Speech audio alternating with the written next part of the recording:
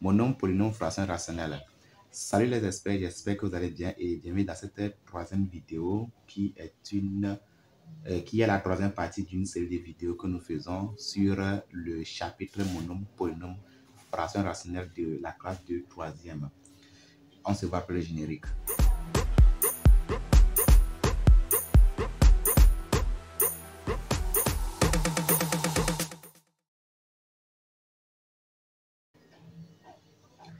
Dans cette troisième vidéo, nous allons corriger un exercice qui nous demande de recopier et de compléter les pointillés suivants.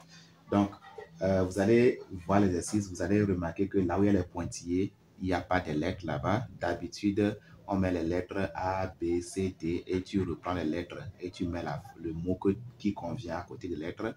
Mais ici, vous allez remarquer qu'il n'y a pas ces lettres-là. Et c'est pour cela qu'on demande de recopier le test et tout en recopiant, nous complétons. Donc, en complétant, on peut souligner ces mots ou bien l'écrire d'une autre manière pour qu'on sache que ce sont les mots-là que nous avons insérés dans le test.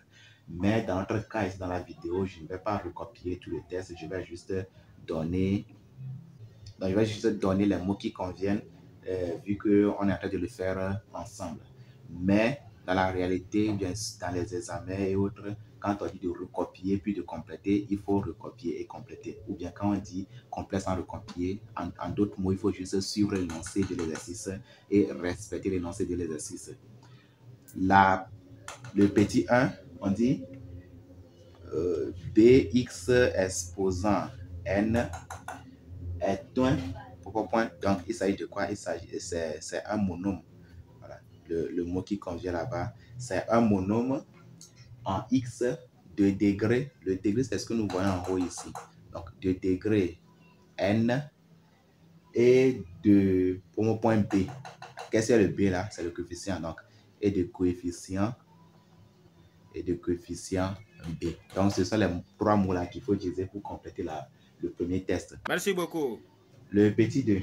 Un polynôme est la somme, point. Donc, le mot qui manque là-bas, c'est algébrique.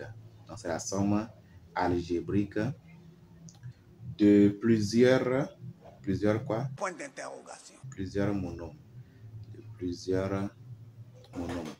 Full stop. On continue. Ouais, allez-y, professeur. Le degré d'un polynôme est le degré de son le plus élevé. Est le degré de son quoi?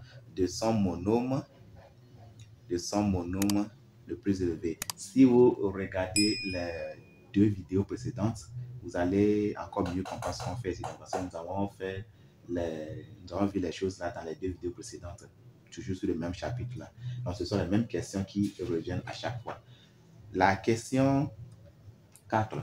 Factoriser une expression littérale revient à l'écrire sous forme des facteurs, sous forme des facteurs du premier degré. Donc, vous allez voir que lorsqu'on donne une expression et on le factorise, vous allez voir que tous les x qui sont dedans ont le degré 1. Et ils sont mis en facteur et ils ont le degré 1. Il faut revoir toutes les expressions que vous avez une fois factorisées. Vous allez remarquer qu'ils sont tous en facteur, ils sont en parenthèse, et leur degré, c'est 1, 1, 1. La dernière question, calculer la valeur numérique d'une expression littérale de variable x pour une valeur donnée revient à remplacer c'est-à-dire remplacer quoi? Qu'est-ce qu'il faut remplacer? Lorsqu'on donne une expression, on dit x plus 2 au carré, x plus 2 tout au carré, calculer la valeur numérique de ça. X plus 2 au carré, on dit de calculer la valeur numérique de cette expression pour x égale 4. Qu'est-ce qu'on remplace? On remplace la variable par la valeur qu'on nous a donnée là. Donc, si on veut compléter le test, on va dire, on revient à remplacer la variable dans l'expression, c'est-à-dire l'expression là par exemple, par cette donnée, par cette valeur donnée. Nous voici à la fin de cette vidéo. J'espère que vous avez encore appris des choses. N'hésitez pas à s'abonner, partager la vidéo avec vos camarades pour que ensemble nous apprenons pour préparer notre examen. Et n'hésitez pas également à commenter, et liker à cliquer sur la cloche de notification pour être informé sur toutes les vidéos que nous allons partager avec vous. Rendez-vous dans le prochain vidéo. Nous allons commencer maintenant à traiter les exercices traditionnels, c'est-à-dire on pose les questions en bonne et due forme. Et nous allons bientôt commencer aussi à traiter les situations problèmes qui portent toujours sur ce chapitre. Ciao.